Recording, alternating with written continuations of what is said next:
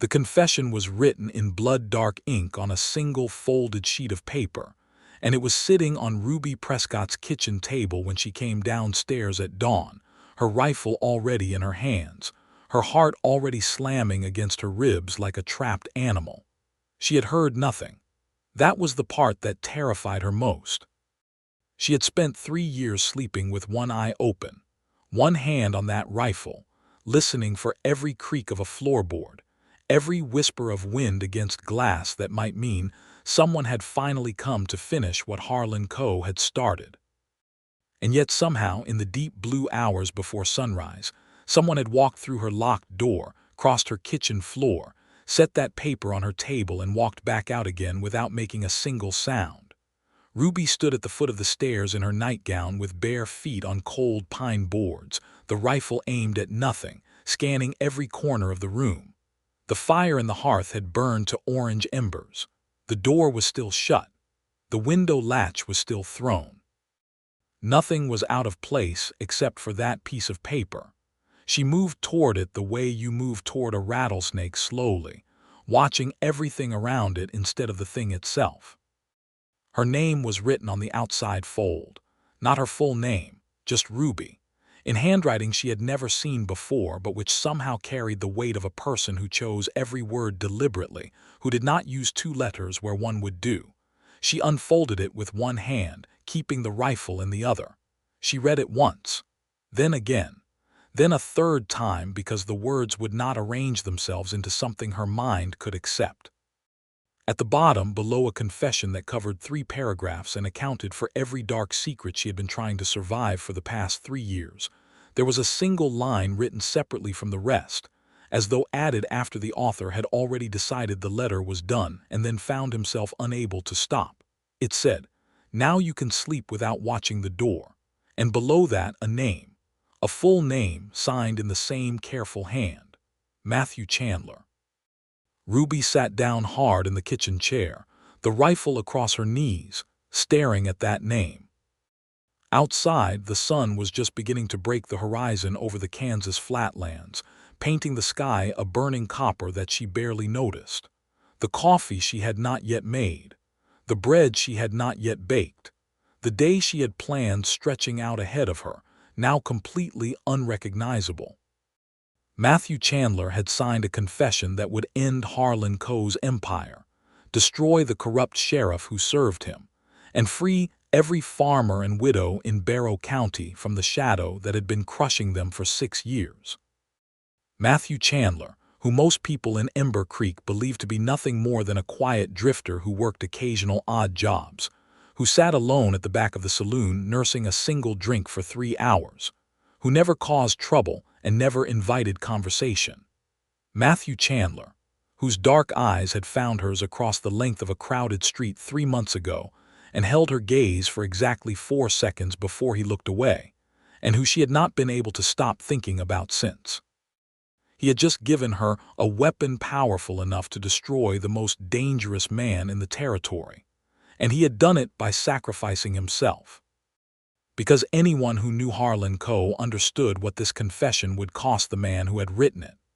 3 months earlier, Ruby Prescott had arrived in Ember Creek, Kansas, in October of 1882, with $43 in her boot, a trunk of practical clothes, a rifle she knew how to use, and a secret she was carrying so carefully it had begun to feel like a second skeleton inside her. She had come from Dodge City, which she had fled in September under circumstances she did not discuss. Before Dodge City, she had been in Wichita. Before Wichita, she had been in Abilene, working as a seamstress and schoolteacher respectively, always moving before the thing she was running from could catch her scent. She was 27 years old and she was exhausted in a way that sleep could not touch. And when she saw the advertisement posted in the Dodge City newspaper for a schoolteacher in Ember Creek, she had answered it with a letter that was entirely truthful, except for the part where she left out everything that mattered. Ember Creek was a town of 412 people, according to the sign posted at its eastern edge, though Ruby suspected the true count was closer to 300 when you accounted for the homesteaders who had quietly packed up and left in the past year without telling anyone where they were going. She noticed things like that: empty storefronts, houses with their shutters nailed closed, a general store that had once clearly been prosperous, now running on half its former stock.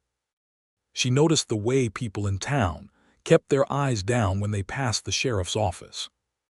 She noticed that the sheriff himself, a man named Dale Prout, had the soft, comfortable look of someone who had never been hungry and the hard, watchful eyes of someone who was always counting what he was owed.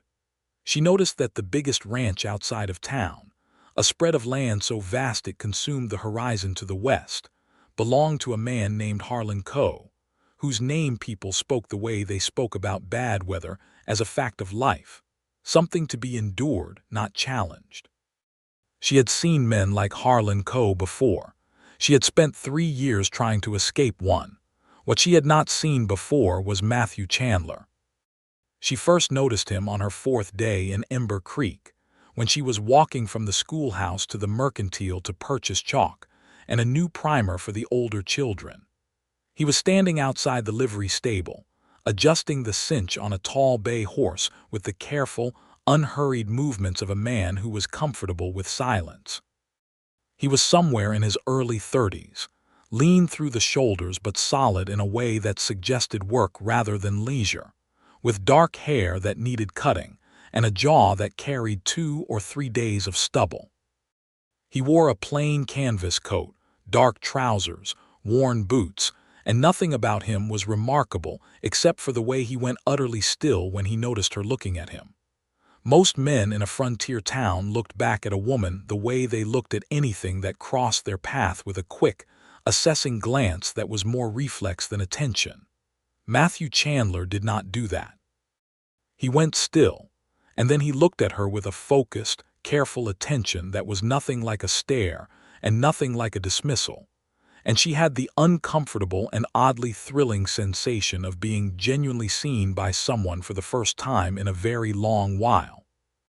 Then he went back to the cinch, and she went into the mercantile, and she told herself firmly that she was not in Ember Creek to be seen by anyone. She was in Ember Creek to build something small and survivable, a school, a purpose, a quiet life where no one knew enough about her past to use it against her. She lasted 2 weeks before she spoke to him.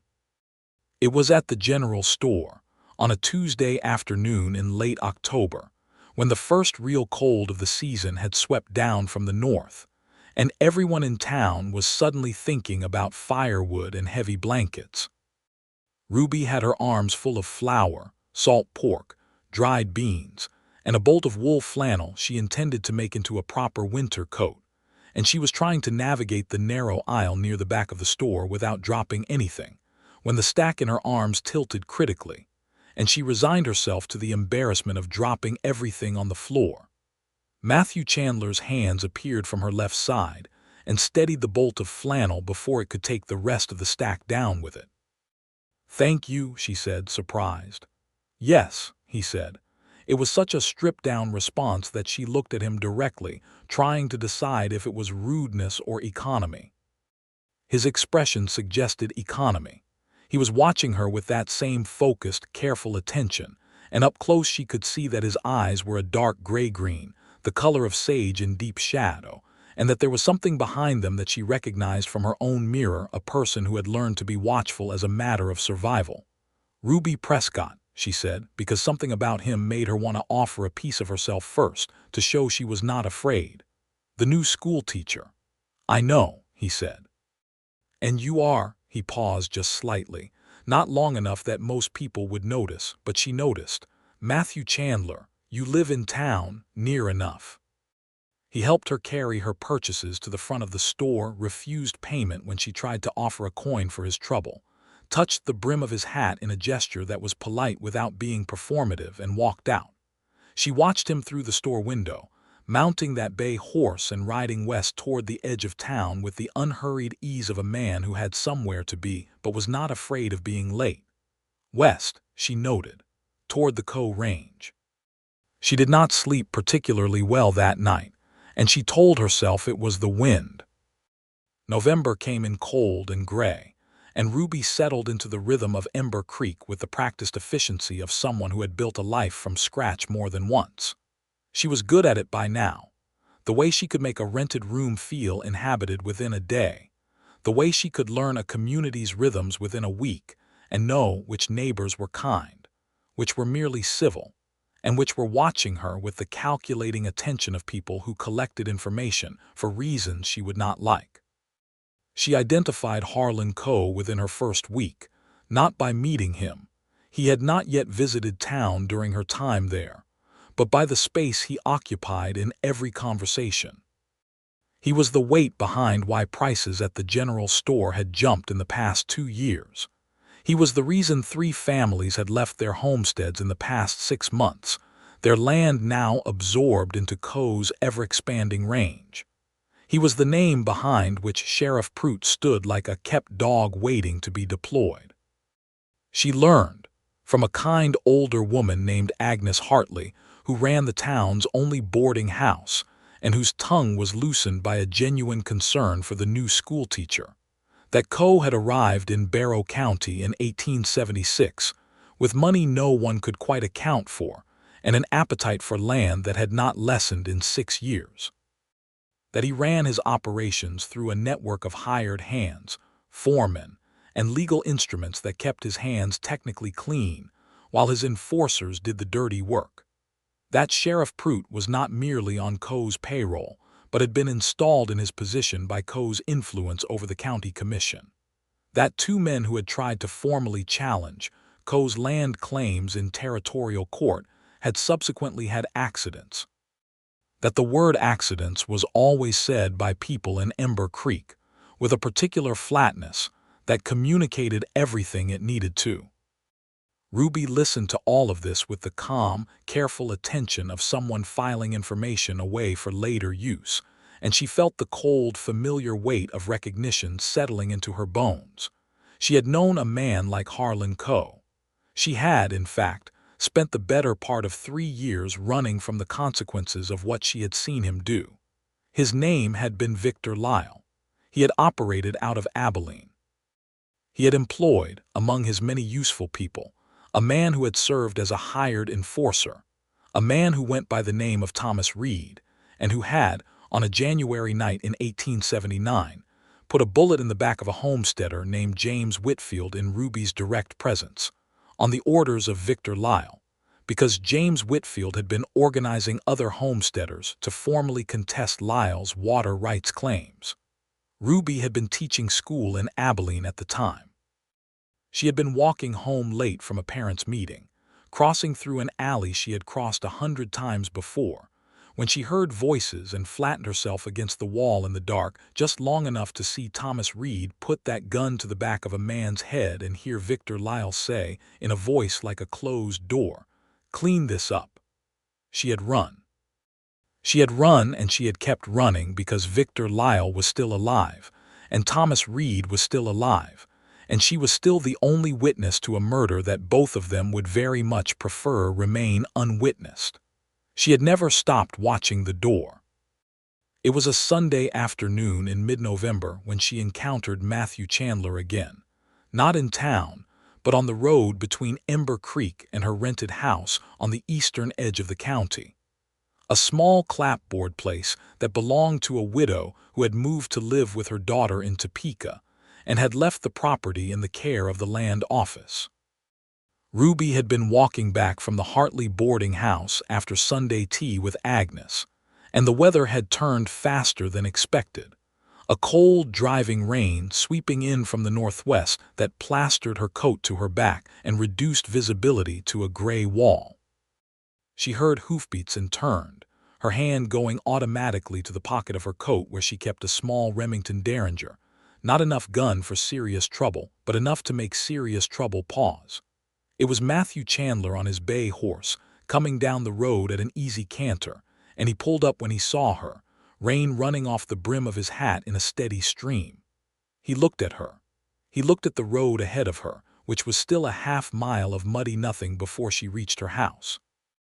He swung down from the horse without saying anything and offered her the reins. "I can walk," she said. "I know," he said. She looked at him for a moment. The rain was serious. The road was mud. Her shoes were already soaked through. "What will you do?" she asked. "Walk," he said. "That seems unreasonable. I've been in worse rain." She considered him. He was holding the reins out, patient, not pushing, with the look of a man who had made an offer and was entirely prepared to have it refused. She took the reins and mounted the bay horse, which was well-mannered and stood steady. Matthew Chandler walked beside her the half-mile to her house without speaking, his boots sinking into the mud, his coat dark with rain. When they reached her door, he took the horse's reins back, checked the animal over with the automatic attention of someone whose care for living things was not a performance but a practice, and turned to go. "Matthew," she said. He stopped. "Come in out of the rain. I'll make coffee."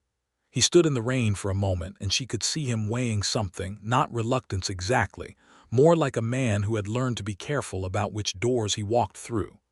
"I won't keep you long," she said. "I just owe you a cup of coffee at minimum." He came inside.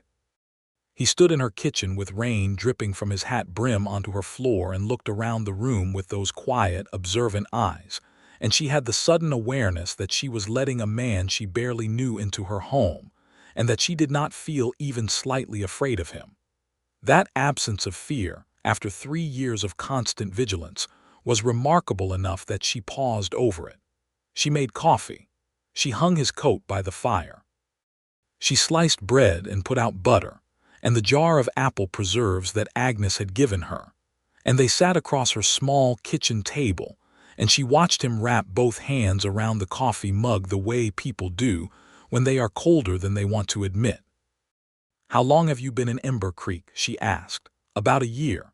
"Where did you come from before?" A pause. "Different places." She recognized that answer. She had given it herself. "What do you do?" she asked. "For work?" "Whatever needs doing," he said, and then after a moment, as though he was deciding whether to say more, "I do some work for the Coe Ranch, fence repair, horses mostly. I'm good with horses." She watched his face when he said Harlan Coe's name. She had become expert at watching people say that name. There was something there, something complicated and contained, the way a bruise looks when someone is pressing on it from the inside. "What's he like?" she asked. "Coe." "Dangerous," Matthew said, without any particular inflection, as though this was simply a fact about the man that it would be irresponsible not to mention. "Are you afraid of him?" He looked at her directly. "No. Most people in this town are. I know." She let that sit for a moment, watching the fire. The rain was still heavy on the roof. "Matthew," she said, "why did you walk half a mile in the mud to lend me your horse?" He turned the coffee mug in his hands. "You shouldn't walk that road alone at night," he said, "or in weather like this. I've been walking it for weeks." "I know that too." The quiet between them was not uncomfortable, which surprised her. She was not good at comfortable silence with strangers. She was always too aware of what silence might conceal. But Matthew Chandler's silence felt honest, like the silence of a place where nothing was hiding. "You know things about this town," she said, "about what goes on here." He looked at her. "What makes you say that?" "Because you watch," she said. "Same as me, only you're better at not being noticed." Something shifted in his expression, not quite surprise, more like a careful reassessment. "What are you watching for?" he asked. She smiled, but it was the careful smile she had developed over 3 years of dangerous half-truths. "I'm new in town," she said. "I'm always watching." He accepted that. He finished his coffee. He stood, retrieved his mostly dry coat from beside the fire, and put it on with the economical movements that seemed characteristic of everything he did. "Thank you for the coffee," he said. "Thank you for the horse." At the door he paused, and she had the sense of something balancing on a very fine edge. "Be careful," he said, "of the road, of Harlan Coe." And then he was gone, back out into the rain, and Ruby stood in her kitchen listening to his horses' hoofbeats fade and wondering what exactly Matthew Chandler knew, and why he had chosen to say that particular thing, and whether the flutter in her chest when he looked at her across the table was something she could afford to examine. December arrived, and with it the first real snow, and the cold that came down off the high plains with a seriousness that shut the world in on itself, and made every building in Ember Creek feel both shelter and trap simultaneously. The children at the schoolhouse pressed against the windows watching the snow with the universal delight of people young enough to still find weather purely wonderful. Ruby watched them and felt, for the first time in a long time, something that was not quite happiness, but was the quiet shape of a life she would like to keep. Matthew Chandler began appearing with a regularity she could not quite call visits and could not quite call coincidence. He was outside the mercantile when she came out on a Thursday and helped her carry her purchases. He was at the church potluck on the second Sunday of December, sitting at the back the way he always did, and when people began to leave, he appeared beside her to walk with her to the road. He repaired the hinge on her gate one Saturday without having been asked, having apparently noticed that it had rusted and was dragging, and when she came out to thank him, he was already done and leading his horse back down the path. "You did not need to do that," she said. "It was rusting," he said simply. "Matthew, why do you keep—" she started and stopped, because she was not sure how to finish the sentence without revealing more of herself than she intended. He looked at her with those steady gray-green eyes. "Why do I keep what?" he said, showing up. He considered this with the seriousness he brought to everything. "I want to," he said. "If that's not welcome, I won't." "I didn't say it wasn't welcome," she said before she could stop herself, and she saw the smallest shift in his expression, not quite a smile, but the territory adjacent to one. "Then I'll keep showing up," he said. He came for dinner the following week, at her invitation, and this time the awkward quality of their early conversations had mostly burned off, replaced by something that felt like the beginning of genuine knowledge between two people. She made rabbit stew and cornbread, and they sat at her kitchen table, while the wind moved around the house like something trying to find a way in, and they talked, really talked, in the way she had not talked to anyone in 3 years. He told her about growing up in Missouri, about a father who had worked a ferry crossing on the Missouri River, and a mother who had died when he was 12, about working cattle drives from Texas up through Kansas in his early 20s, about the things you see when you spend years moving across the American frontier, the beauty of it, enormous and indifferent, and the ugliness underneath. The ways that men with money and guns reshape the land according to their appetites without regard for the people already living on it. He did not tell her everything. She knew that, the way she knew it about herself. There were pauses in his story where something was being carefully stepped around, and she did not press into those spaces because she understood the discipline required to maintain them. She told him about growing up in Ohio, about her schoolteacher parents, about coming west after her father died because the East felt suddenly too small and too crowded with grief, about the schools she had taught in and the towns she had moved through. She did not tell him about Victor Lyle. She did not tell him about the alley in Abilene or the body of James Whitfield, or the 3 years of sleeping with her hand on a rifle.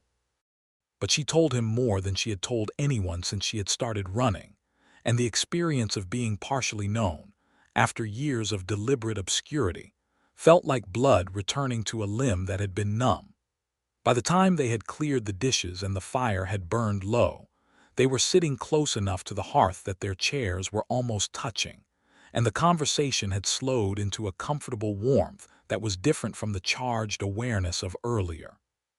She was acutely conscious of his shoulder near hers, of his hands resting quiet on his knees, of the particular quality of his attention that made her feel both settled and alive. "I should go," he said, but he did not move. "Yes," she agreed, and she did not move either. She looked at him, he looked at her. The fire crackled. "Matthew," she said very quietly, because there was something building between them that she did not have a name for but that she could feel as clearly as the warmth of the fire. "What are you actually doing in Ember Creek?" His jaw tightened almost imperceptibly. "I told you," he said. "You told me you work for Co. But you watch that man the way you watch something you intend to deal with, not the way a man watches his employer." He was very still. "And you told me to be careful of him," she said. Which is not something a loyal hand says about his boss. He looked at the fire for a long moment. When he looked back at her, there was something in his eyes that was the closest she had ever seen him come to being unguarded. "I'm not a loyal hand," he said quietly. "Then what are you?" Another pause, longer this time. "I'm someone who has been collecting information for about a year," he said, "about what Harlan Coe does and how he does it and who helps him do it." Ruby was very still. "Why?" she said. "Because someone should," he said simply. She stared at him. "That's dangerous." "Yes, if Coe finds out." "I know what Coe does to people who get in his way," Matthew said, and his voice was completely level, the levelness of someone who has already accounted for every version of the worst possibility and arrived at peace with it. She wanted to ask more. She wanted to ask everything, but she could see the careful management in his expression, the sense of someone who had decided how much to say and was holding to that decision, and she recognized it because she practiced it herself every day. "You're not going to tell me why it's really you doing this," she said. "Not tonight," he said, "but there's a reason. There's always a reason." He left shortly after. She stood in her doorway watching him ride into the dark with the same thought turning over and over in her mind. That Matthew Chandler was carrying something heavy, something specific, something that had brought him to this particular town to do something this particular dangerous. And she had not told him her own heavy thing. And somehow they were both circling the same center of gravity without yet understanding what it was. Christmas came and went with a church service and a small gathering at the schoolhouse where the children performed a program that made several of the parents cry, Ruby among them, though she tried to be subtle about it. Matthew attended, sitting at the back again, but he stayed after when everyone was leaving and helped her stack the borrowed chairs, and when they were done he handed her his handkerchief without comment, which made her laugh despite herself because she had thought she was being subtle. "I wasn't crying," she said. "I know," he said. "The smoke from the candles," she said. "Certainly," he said. She pressed the handkerchief back into his hand, and his fingers closed over hers for just a moment, warm and deliberate. And then he released her and the moment passed, and they walked out into the cold night air where the stars were ferociously bright over the Kansas plains, and he walked with her down the street without being invited, and she led him without protest. At the corner of the main street, where their paths divided, they stopped. "I have something I need to tell you," she said, before she had fully decided to say it, "about why I'm really in Ember Creek." He looked at her. "Not tonight," she said, echoing his own words back to him, and she saw the flicker of acknowledgement in his expression. "But soon.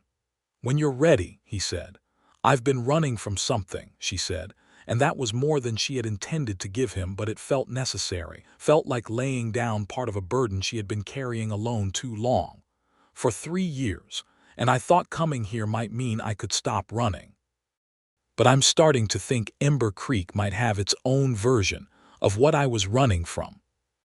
He was watching her with an expression she could not fully read, the careful containment that was usual for him, but underneath it's something that was very much not distant, something that was the opposite of distant. "Ruby," he said, and the way he said her name carefully, like something he had decided to be allowed to say, made her breath catch in her chest. "I won't let anything happen to you." "That's a large promise," she said. "I don't make small ones," he said. She thought about that for a very long time after she went home, lying in bed with the rifle on the chair beside her and the Kansas wind breathing cold against the windows. And she thought about the weight of what it meant to trust someone with something you were afraid of, and whether she was brave enough or foolish enough to do it. In January of 1883, Harlan Coe came to Ember Creek. Ruby was at the schoolhouse when he arrived, and she heard about it afterward from Agnes Hartley, who described him with the grim precision of someone reporting on a natural disaster. He was a large man, Coe, broad and well-fed, with the careful dress of someone who wanted you to know they had money without wanting you to think they were trying. He rode into town with 4 hired men and went directly to the sheriff's office, where he and Sheriff Prout met for the better part of an hour with the door closed. Afterward, 2 things happened. First, a notice appeared nailed to the board outside the land office. informing 3 families of homesteaders that their land claims had been found to be in dispute, and that they would need to vacate within 30 days pending resolution of the contested titles, resolution that everyone in town understood would never come. Second, a man named Tom Devaney, who had been quietly organizing those same homesteaders and talking about retaining a lawyer in Topeka, found his barn burned to the ground the following night. No one was charged. No one was investigated. Sheriff Prout made sympathetic noises about the difficulty of determining the cause of fires in winter when the prairie grass was so dry. Ruby sat in her kitchen the morning after the barn fire with her hands wrapped around a coffee mug and felt the cold, familiar weight of understanding settle into her bones. She was watching the door again. She had never actually stopped. She sent Matthew a note through Agnes Hartley's boy, who ran errands around town for pennies, and Matthew arrived at her house that evening with the focused attention of someone who had read the brief message. "I need to talk to you," and understood it was serious. She told him everything. She sat across from him at her kitchen table, and she told him about Abilene and Victor Lyle and Thomas Reed and James Whitfield's body in the alley, and the 3 years of running, and she watched his face while she talked. He did not flinch. He did not look at her with the pity or the disbelief she had feared. He listened the way he listened to everything with his whole self, and when she was done, the silence between them was not the silence of absence but the silence of something being carefully received.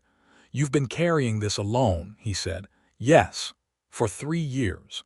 Yes." He looked at the table, then he looked at her. "Thomas Reed," he said. "What does he look like?" She described him. She had not forgotten a single detail: the wide-set pale eyes, the habitual way he tilted his head, the scar along his left jaw that looked like a knife wound badly healed.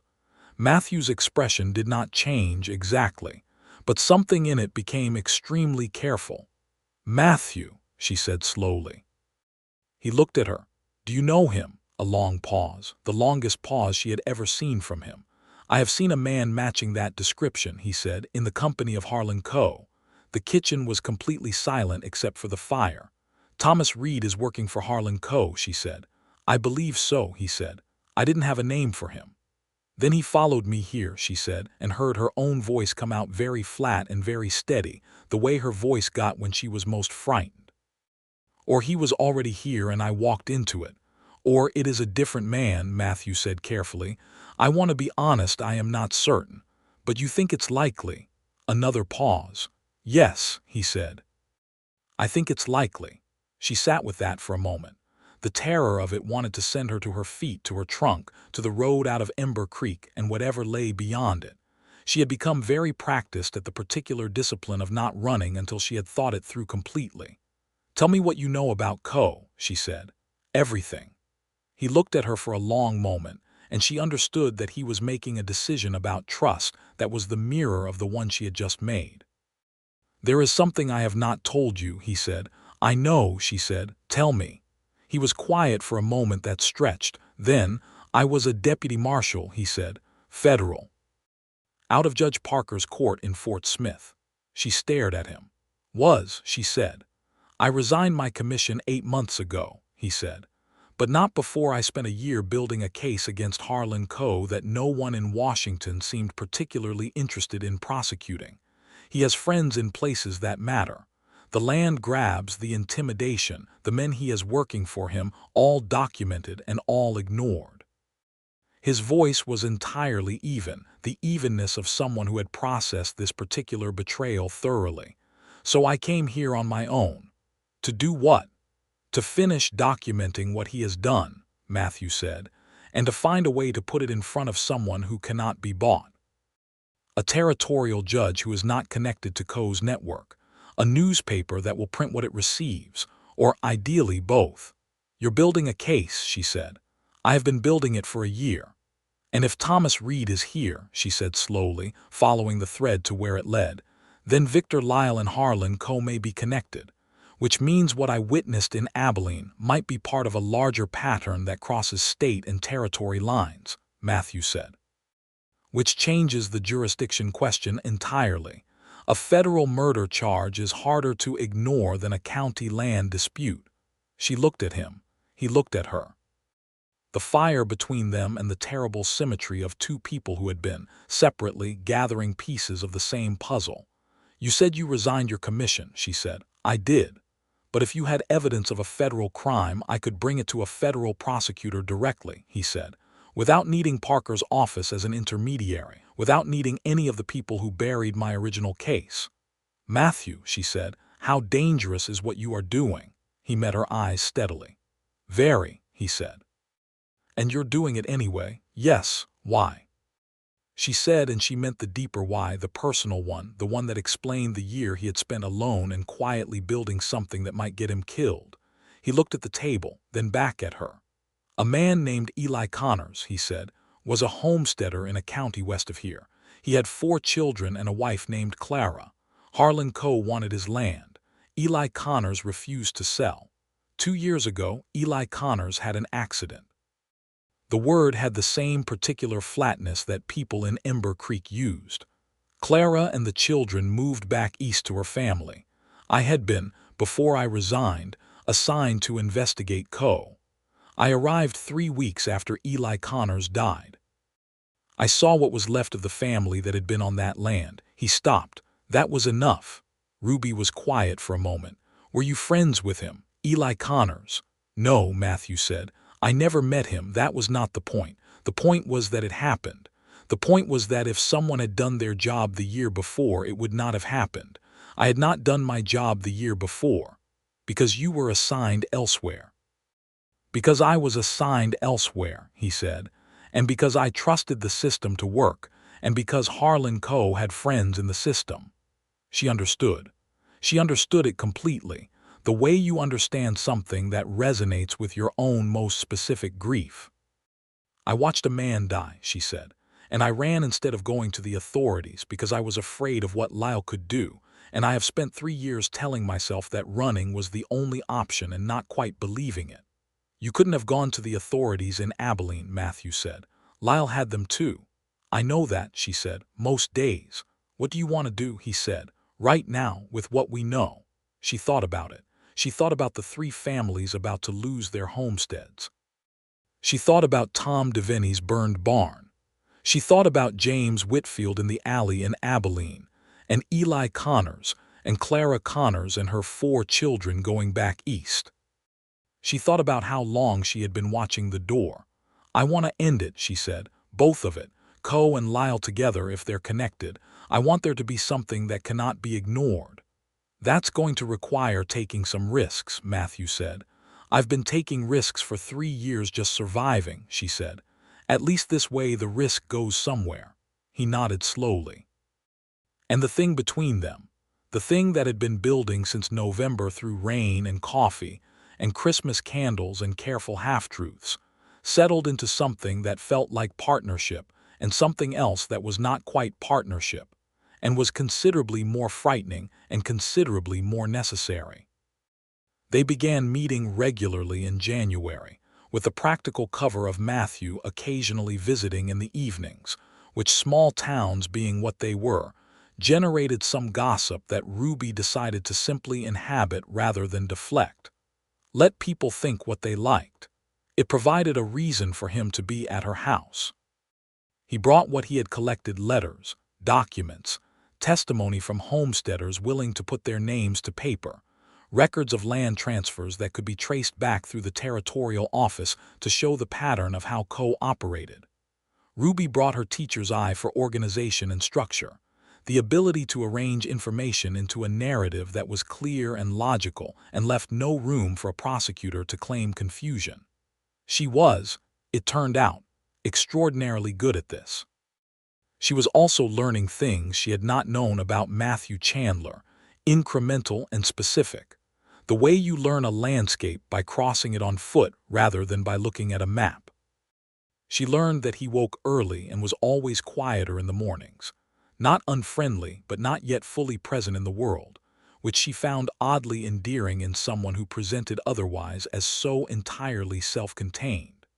She learned that he had a particular and private sense of humor that emerged without warning, dry and precise, that made her laugh in the surprised way of someone who did not expect to be charmed.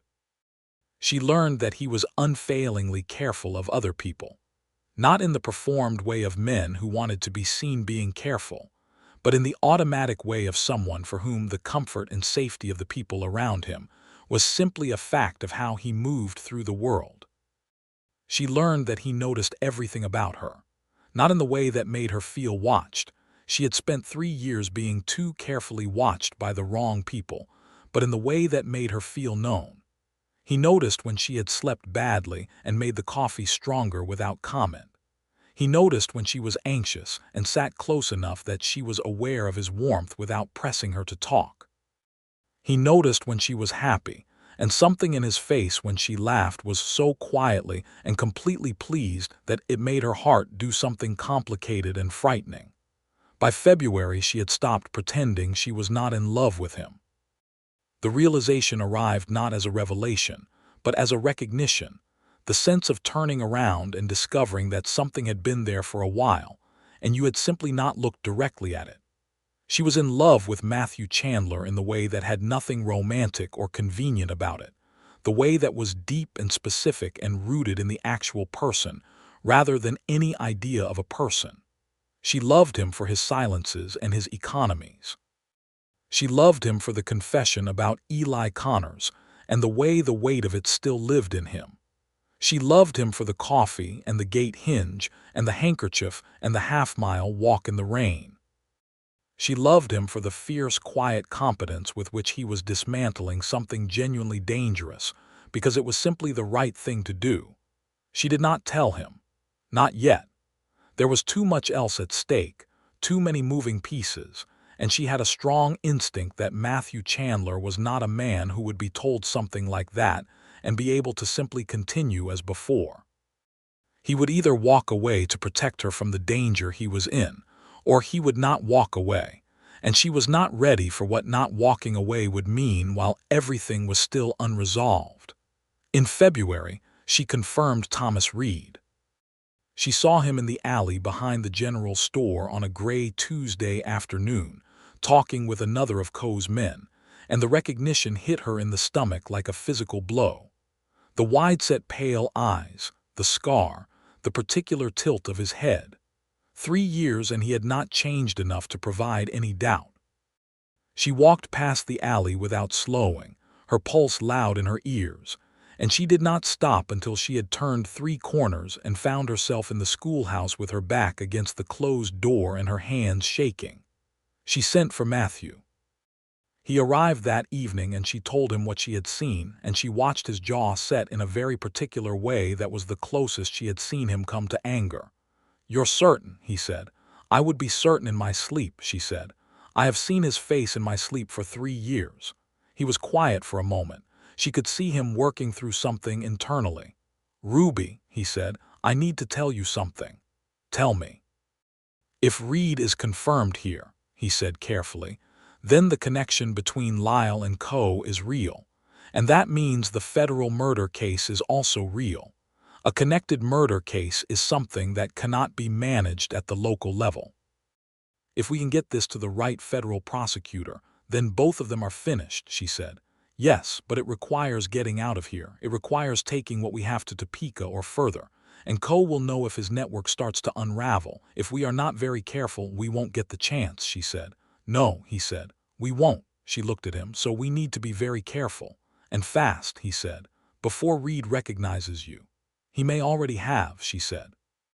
"I've been here since October. If he's been here longer, then we have even less time than I thought." They worked through the night, organizing everything into a packet that Matthew would carry to Topeka while Ruby continued teaching school as though nothing had changed, maintaining the appearance of normalcy. They agreed that Matthew would leave within the week. They agreed on what to do if either of them was approached before then. What they did not agree on, because neither of them said it out loud, was what would happen after, what they were to each other, in the space beyond the immediate crisis. But on his way out the door that night, Matthew stopped and turned back, and Ruby was standing in the kitchen light behind him, and he crossed back to her in 3 steps and took her face in both his hands with the careful deliberateness of everything he did and kissed her. It was not a long kiss. It was not tentative either. It was the kiss of someone who had made a decision and was acting on it with complete conviction, and Ruby's hands found the front of his coat and held on, and when they drew back and looked at each other in the firelight, there was nothing careful or contained about either of their expressions. "When I get back," he said. "Yes," she said. "When you get back." He nodded. He touched her face once more. He left. She stood in her kitchen listening to his horse until the sound faded, and then she sat down at her table and thought about what it meant to love someone who was riding toward danger on your behalf, carrying something that could get him killed. She discovered 3 days later that something had gone wrong. Agnes Hartley came to the schoolhouse at noon, her face carefully composed in the way that meant she was containing alarm. "There's been some trouble at the Eastern Road," Agnes said very quietly while the children were at recess. "A traveler found a horse, bay horse, riderless, on the Topeka Road this side of Millhaven." The world went very still. "The horse is fine," Agnes added quickly. "Someone brought it to the livery. It matches the description of the horse that young Mr. Chandler rides." Ruby sat down at her desk and kept her face completely still while inside her everything was rearranging itself into the shapes of worst possibilities. "No sign of the rider," she said. "Not that anyone has mentioned," Agnes said, watching her carefully. Ruby taught the afternoon session. She taught fractions to the middle children and read aloud from a McGuffey reader to the youngest, and her voice did not shake, and her face showed nothing that any careful observer would have noticed, and inside she was working through every scenario with the methodical precision of someone who could not afford to panic. Matthew had been riding toward Topeka with evidence that would destroy Harlan Coe. Coe's people had been watching the roads.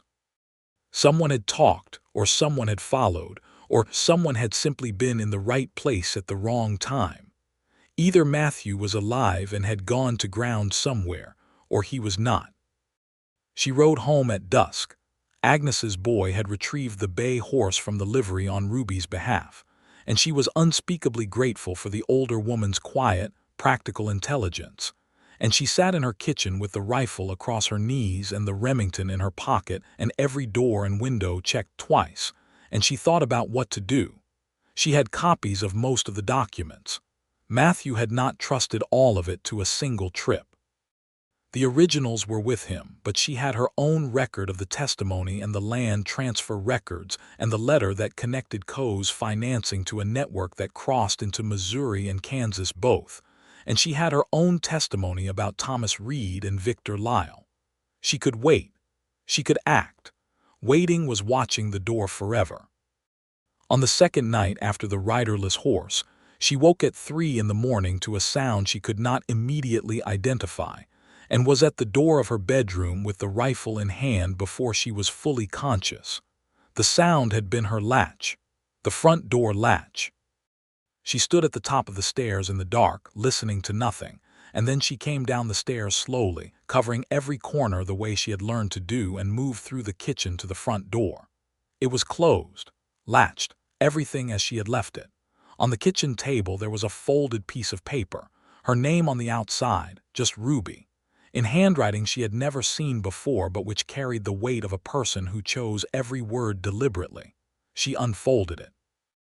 "I, Matthew James Chandler, do hereby set out in full the following account of criminal activities conducted by Harlan Coe, operating in Barrow County, Kansas Territory, in conspiracy with Victor Lyle of Abilene, Kansas, and Thomas Reed, presently employed as an enforcer by said Harlan Coe.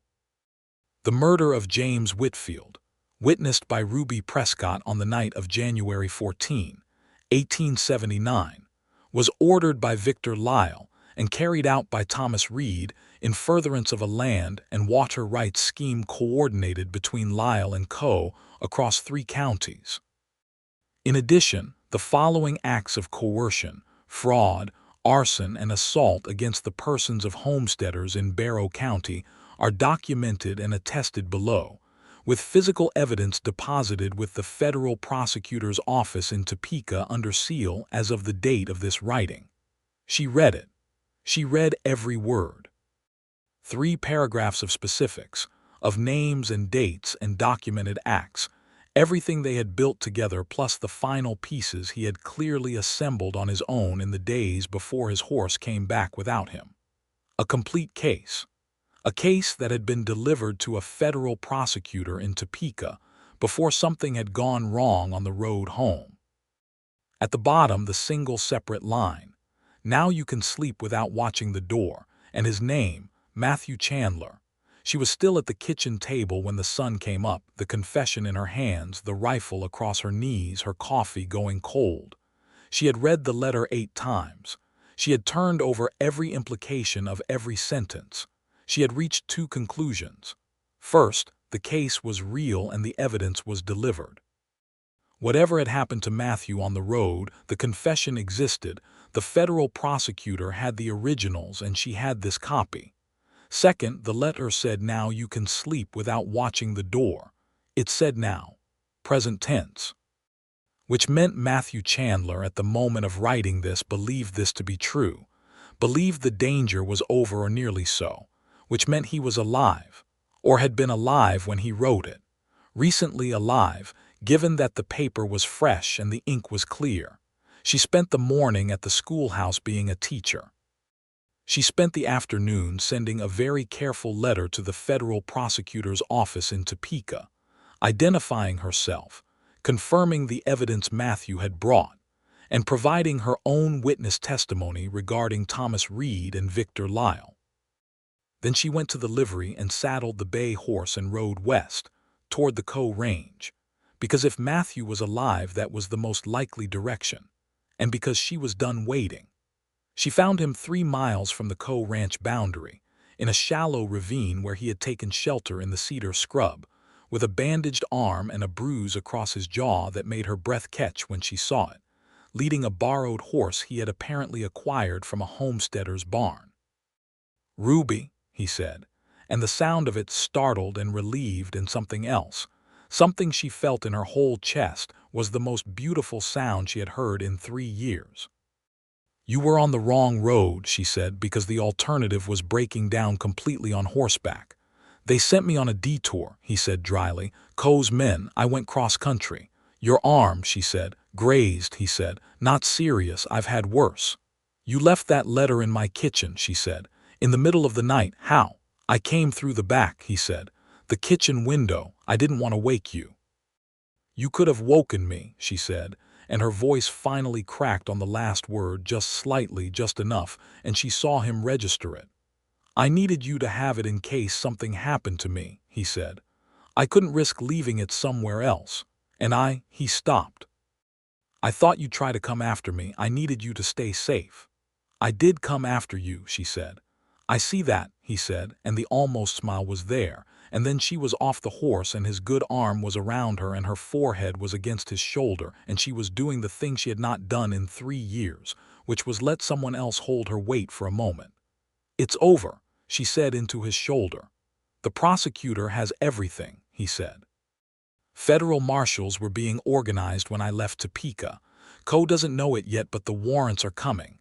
Reed, named in the warrant," he said. "Lyle too, interstate murder charge. They have nowhere to go." She lifted her head and looked at him. He looked at her. "Matthew," she said. "Ruby," he said, and there was that particular quality in how he said her name. "You signed a confession on my behalf," she said. "You walked your evidence to a federal prosecutor. You got shot on the way home. You broke into my house in the dark to leave me a piece of paper telling me I was safe." "I had the window," he said. "You had the window," she agreed. "What exactly are your intentions here?" He looked at her with those gray-green eyes in the winter sunlight, the cedar scrub around them, the Kansas flatlands spreading vast and cold in every direction, and he said, "I intend to take you to dinner. Properly. In a restaurant if this county has one, and then I intend to ask you something." "What?" "I'll ask it after dinner," he said. "I've been doing everything backwards and too fast since October. I want to do this part correctly," she laughed. genuinely fully the way she had not laughed since before Abilene. He watched her with that quiet, pleased expression that undid her every time. "All right," she said, "after dinner." They rode back into Ember Creek side by side as the sun broke through the gray cloud cover, painting the frozen prairie in slanted gold light. And what happened in the following weeks happened fast and then slow, the way things do when the pressure has finally broken. The federal marshals arrived in Barrow County 9 days later, in force, with papers that could not be argued with by Sheriff Dale Prout, whose position was so thoroughly documented in the warrant that he did not even try.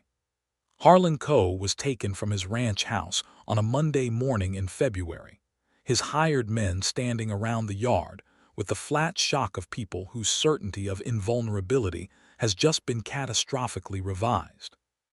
Thomas Reed was arrested in the alley behind the general store, which Ruby felt was a particular kind of justice. Victor Lyle was arrested in Abilene 6 days after that, brought in by a separate team of marshals who coordinated with the federal case.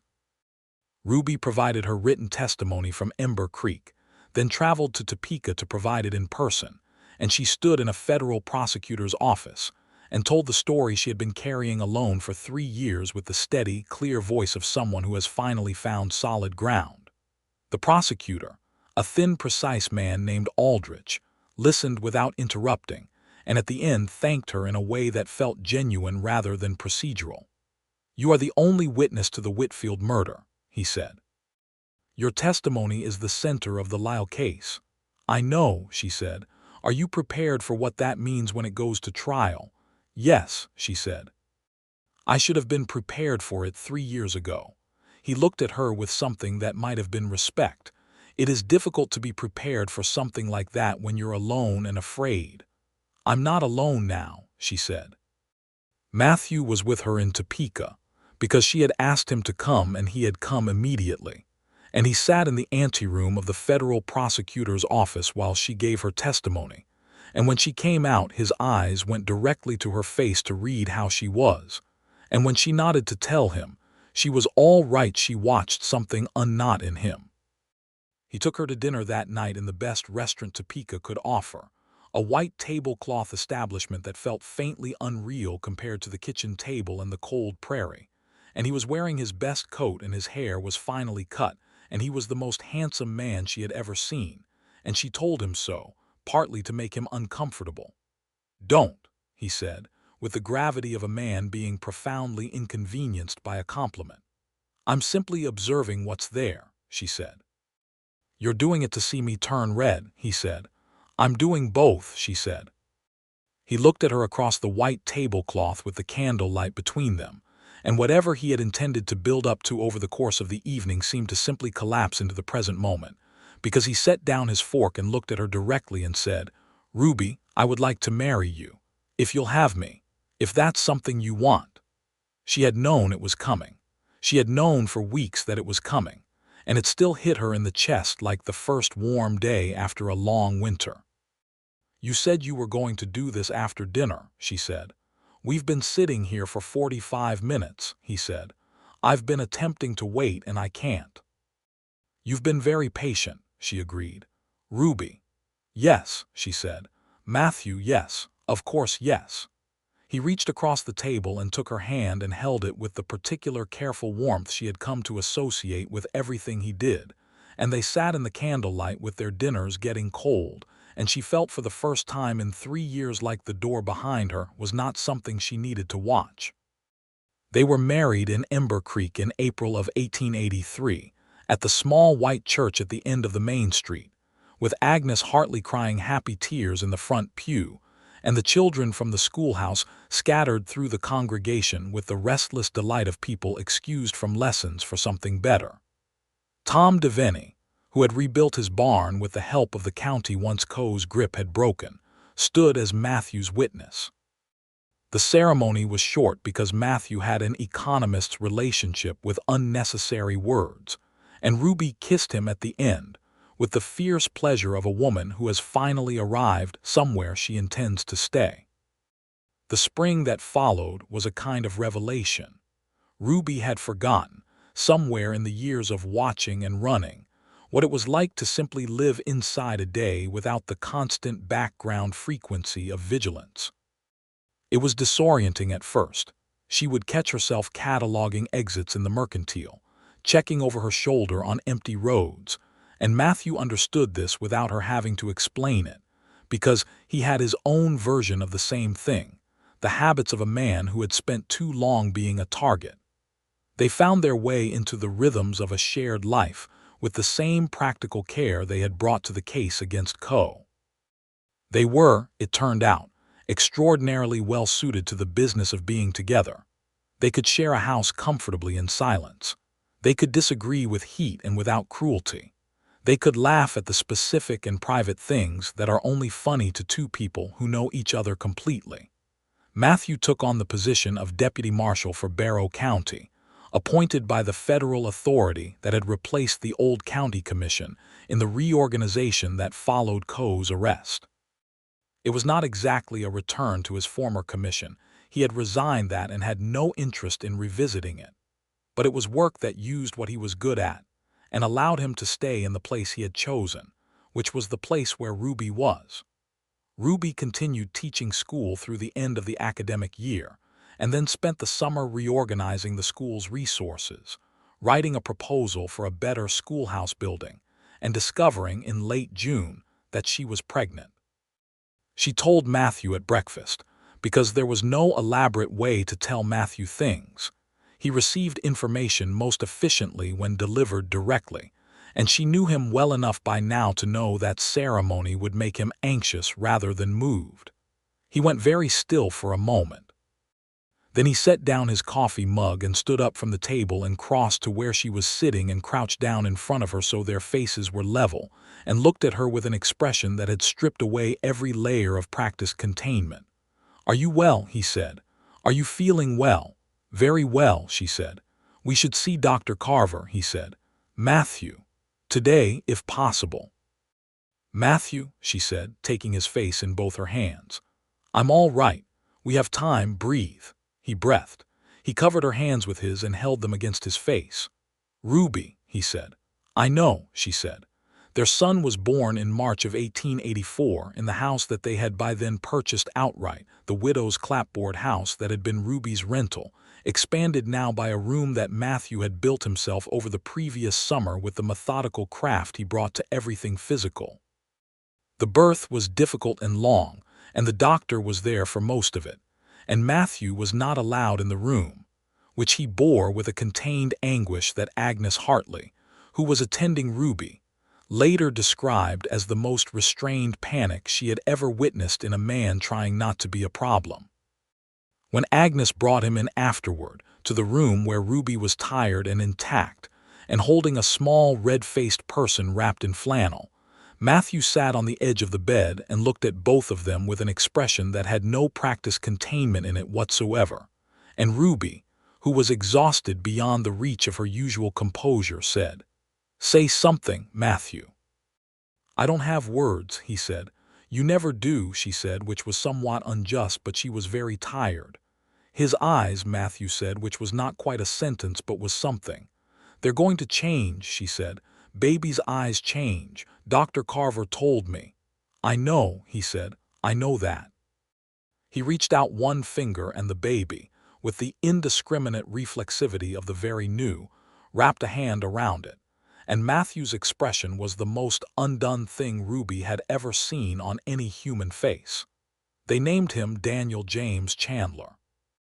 The James was for Eli Connors's full name, James Eli Connors, which was a thing Ruby suggested, and Matthew accepted with the quiet recognition of someone receiving something they had not known they needed. The trials of Harlan Coe, Thomas Reed, and Victor Lyle proceeded through 1883 and into 1884. Ruby testified in the Lyle case in Topeka in the autumn of 1883, when she was 6 months along, which the attorneys for the prosecution had initially been concerned about, and which Ruby had firmly dispatched as a concern, showing up to court in her best dress with the calm assurance of a woman who had been rehearsing this particular moment for 3 years. Victor Lyle was convicted of conspiracy to commit murder and sentenced to 20 years in the federal penitentiary in Leavenworth. Thomas Reed, convicted of the actual murder of James Whitfield, along with charges related to his activities under Coe's employment, received a longer sentence. Harlan Coe was convicted on the consolidated charges of land fraud, conspiracy, extortion, and 2 counts of arson, and was sentenced to 15 years. Sheriff Dale Pruitt had cooperated with federal investigators and received a reduced sentence, which Ruby found irritating on principle, and which Matthew accepted as a pragmatic necessity of the case construction, and they argued about it amiably across the kitchen table for an evening, and then let it go. The homesteaders whose land had been fraudulently claimed began the process of legal recovery, which was slow and imperfect. The law moved carefully, and the land had been complicated by its interim use. But 3 of the 5 families whose claims had been disputed successfully reclaimed their property within 18 months. The other 2 received financial settlements. It was not complete justice. It was the available justice, which Ruby had learned to distinguish from the ideal. Tom Devaney rebuilt his barn larger than before and ran twice the stock. Agnes Hartley's boarding house filled back up as the shadow over Ember Creek lifted and people who had quietly left began quietly returning. The town expanded. A second general store opened. There was talk of a telegraph line.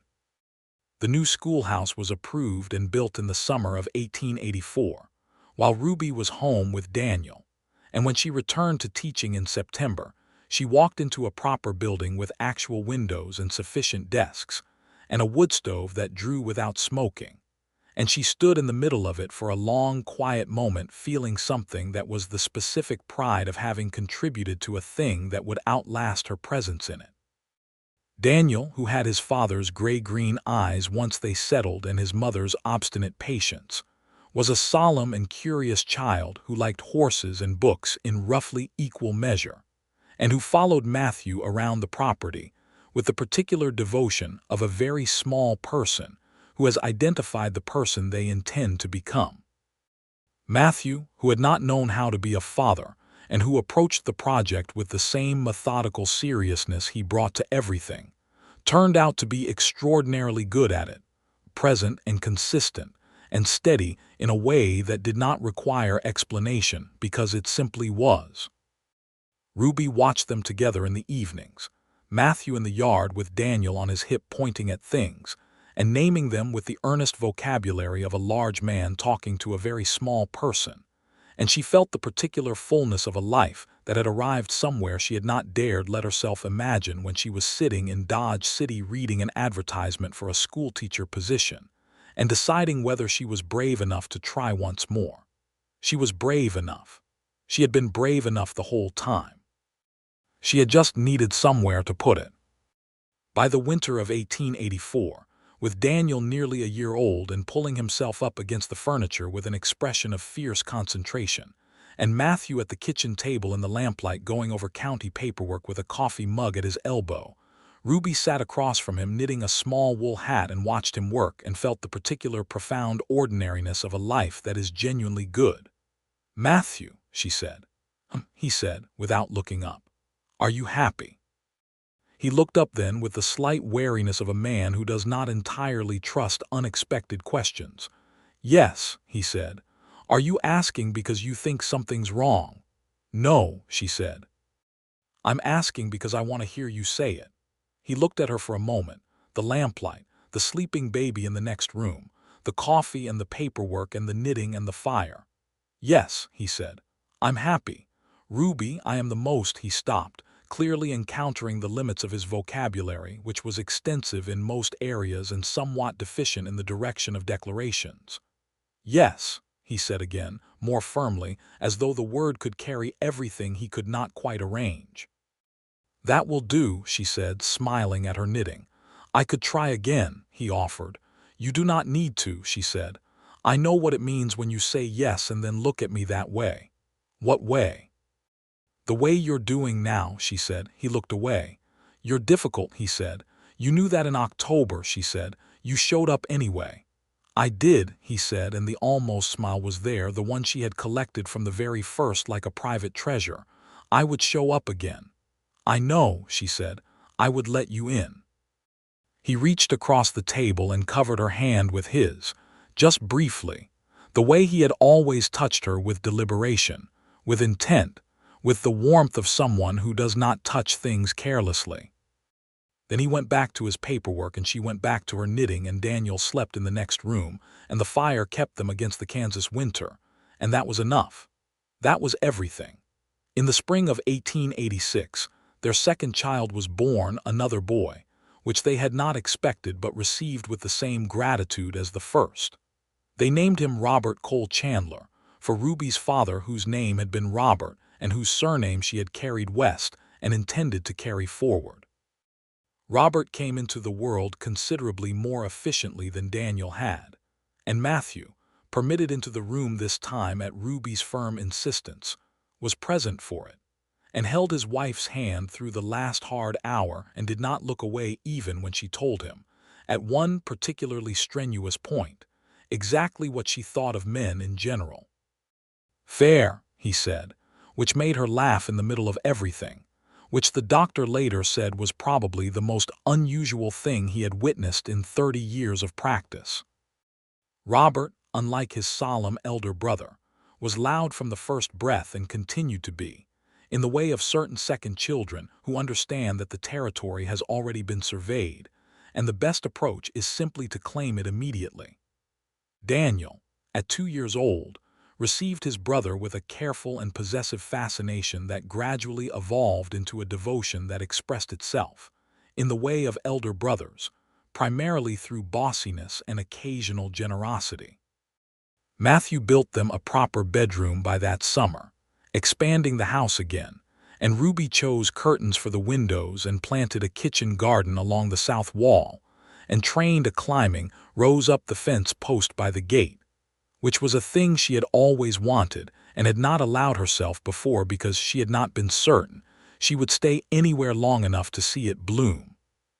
The rose bloomed in June of 1886, a deep warm red, and she stood looking at it one morning with her coffee while the boys slept and Matthew had gone to the marshal's office early, and she thought about a woman who had arrived in a small town with $43 in her boot, and a secret she was carrying so carefully it had become a second skeleton inside her.